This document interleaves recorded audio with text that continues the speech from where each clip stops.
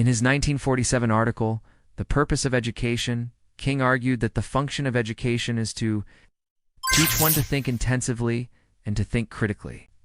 In other words, students should not simply accept what they are told, but rather learn to think for themselves and to evaluate information with a discerning and self-aware mind.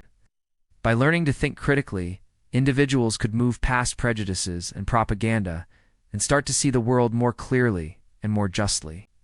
As he wrote, the function of education is not merely to teach men to know the truth, but to make them love the truth.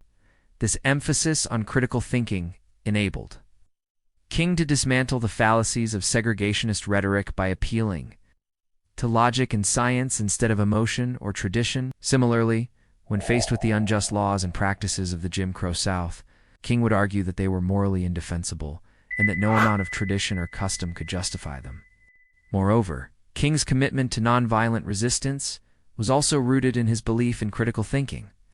He understood that true courage was not the absence of fear, but rather the willingness to act despite the presence of fear.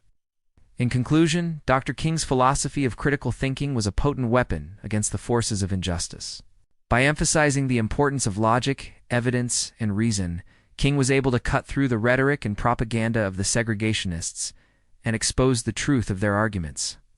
At the same time, he never allowed his commitment to justice to override his compassion for his fellow human beings. For King, critical thinking was not just about being able to analyze and critique, but also about being able to empathize and understand.